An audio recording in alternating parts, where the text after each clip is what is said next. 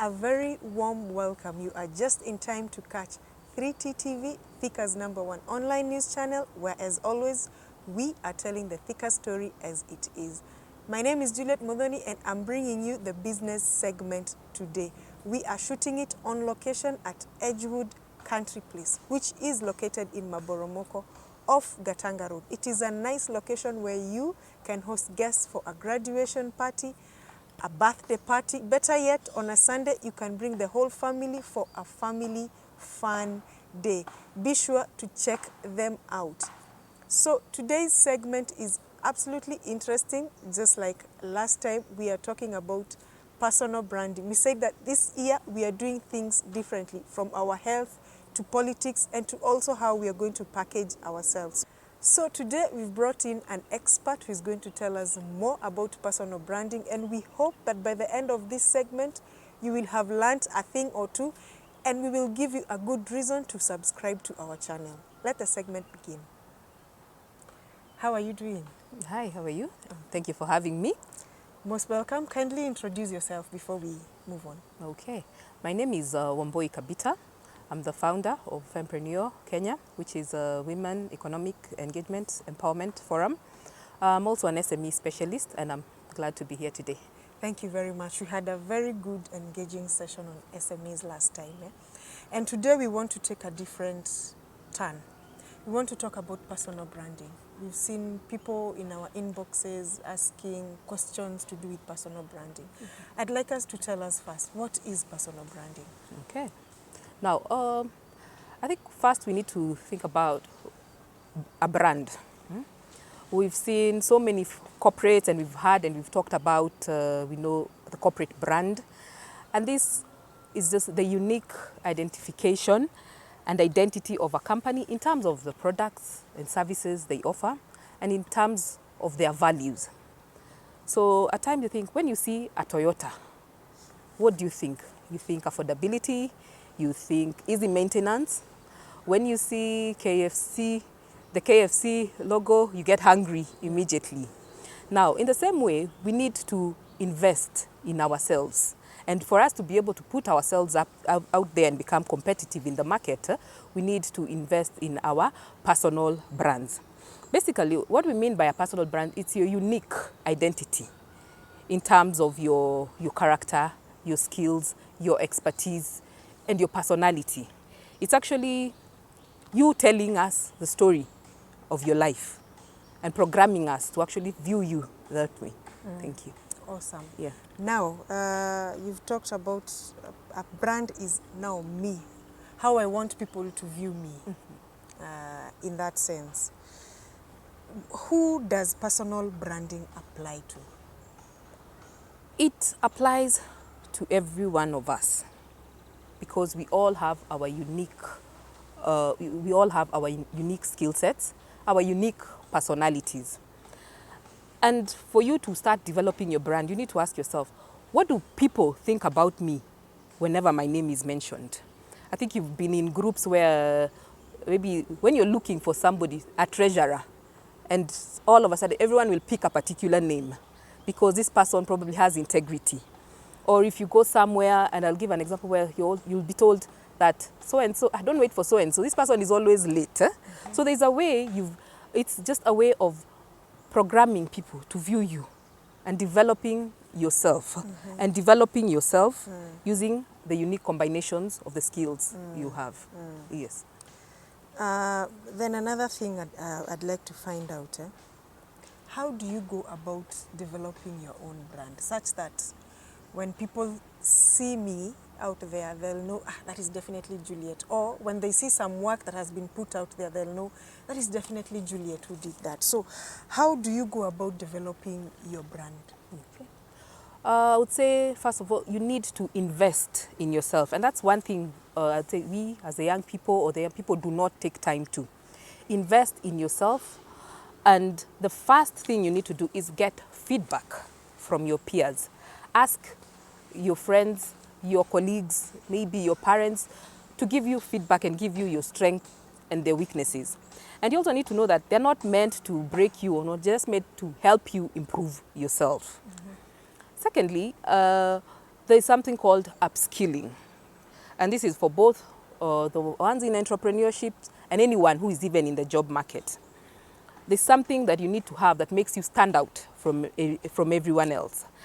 I'll give an example. For example, you're in business and you're in business, you're doing online businesses.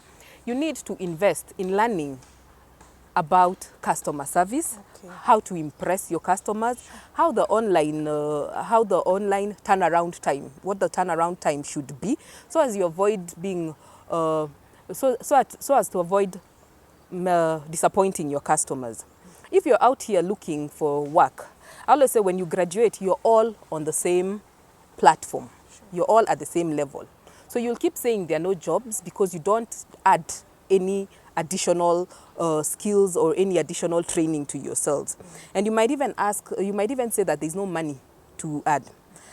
Maybe you'll allow me to say that there are things called massive open online courses. Where you're able to, if you're a programmer, you'll be able to learn skills, additional skills on what you added. If you are in this field, there's actually something for everyone. And maybe these massive open online courses might not have certification. You know, as Kenyans, we're obsessed with issues of certificates. Sure. So you'll only do something because it will add me, it's the paper issue. So once you do that, you're actually ahead and you're actually developing and becoming an expert, a subject matter expert in your particular field. The third one, I would say you need to increase your visibility. And by increasing your visibility, you could either volunteer with a particular organization. And of course, definitely in this day and age, we have our social media platforms. You have our social media platforms. Being young people, you'll not afford to maybe pay for advertising if you're doing business. But your social media page, if it's Facebook, LinkedIn, Instagram, has to actually show what you do, what you stand for. I call it your billboard. You know, pre-internet days, we used to walk around with business cards. You meet somebody, you remove, if you're looking for a job, you have a bag full of CVs. Yes. And again, now we have, if you're looking for a job, your LinkedIn profile is your CV. So you need to put yourself up there. You need to get noticed and increase your visibility. And I think we'll touch on the issue of social media a bit later. Yes. And lastly, I think you need to have moral authority. And those are principles in life. And those are principles so that you're able to be unique and stand out. You've said something that is very important about volunteering. I'd like you probably to explain a little bit, because I think the young generation don't quite understand the importance of that volunteership. They think that because I have studied this, I have a degree, there's no way I'm going to put in hours and not get anything from it. What is the importance of that volunteership? Okay. Now, I would say volunteering, internships, I'm seeing people shying away from this because of the money issue.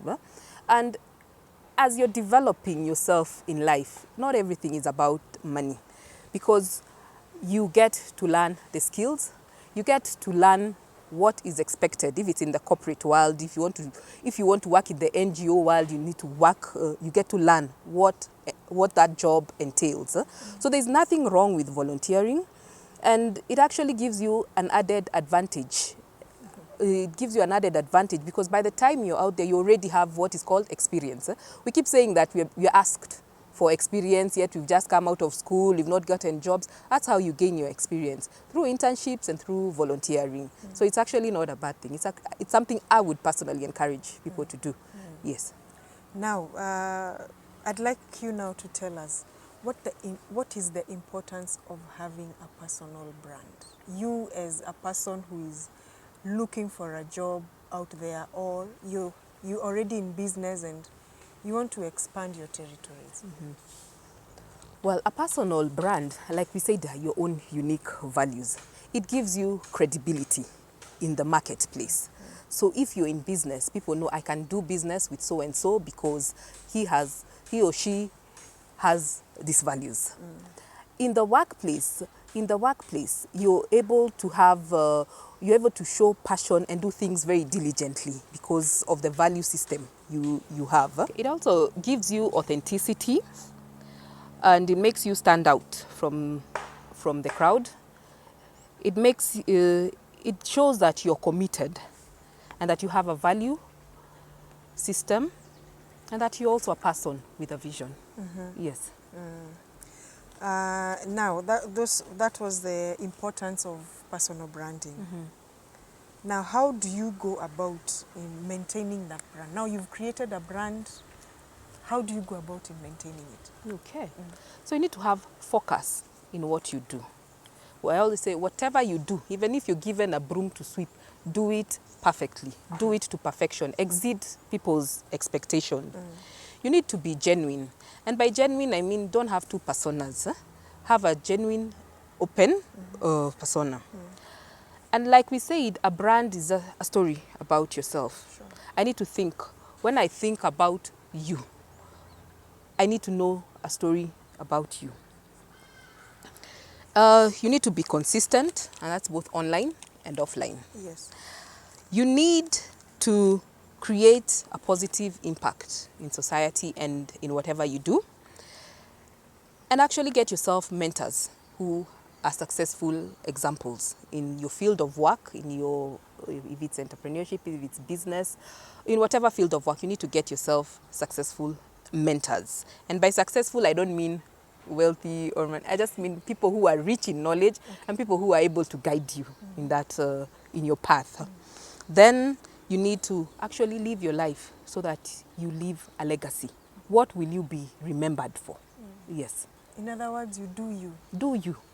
Do you. Thank you for that. Now, those are very good key pointers.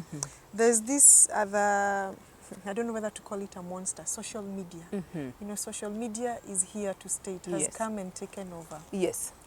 What is your take on how you as a brand can use social media? Good. Like you've said, social media is here to stay. But there's something about social media. It's a double-edged sword. Sure. It can make you, it can break you. And I always say, you as a person and your social media persona should be one and the same person.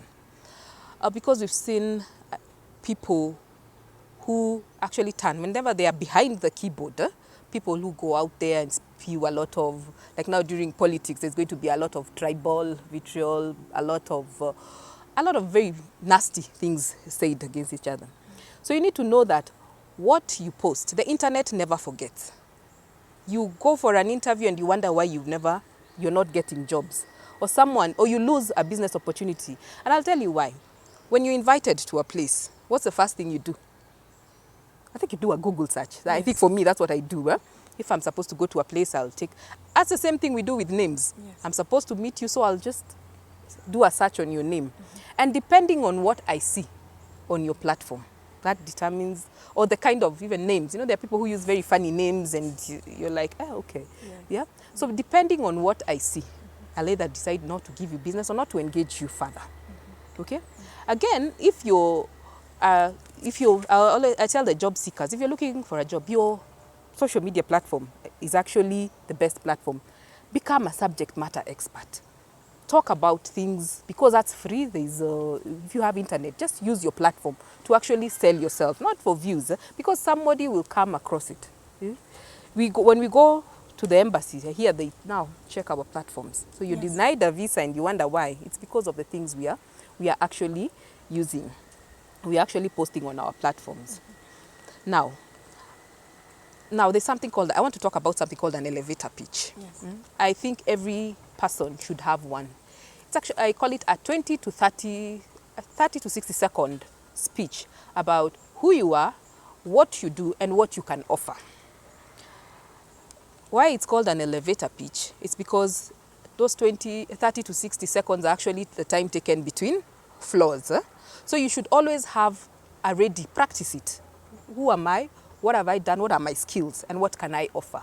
Just in case you meet, say, the CEO of your dream company in a lift. Within those 30 to 60 seconds, you'll have been able to express yourself. Or if you meet your local politician, instead of asking for handouts, you're able to maybe sell your business or sell yourself as a person.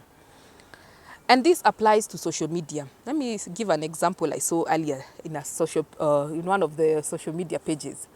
Somebody is looking for a job, and this person writes there that, hi, I am so-and-so, and I have a degree. I'm looking for a job, but don't give me a house help's job, but I want to work in the following places. Then she goes ahead to list down the companies or I think she wanted to work in a hospital, in an audit firm. She gave an. And down there she writes, inbox me if you have. And I actually felt sorry for that girl because she doesn't know how to sell herself. And if she had crafted a good elevator pitch, because we did not know what she does, if I had a job offer, I needed to know, what have you studied? What can you do for me? Yeah?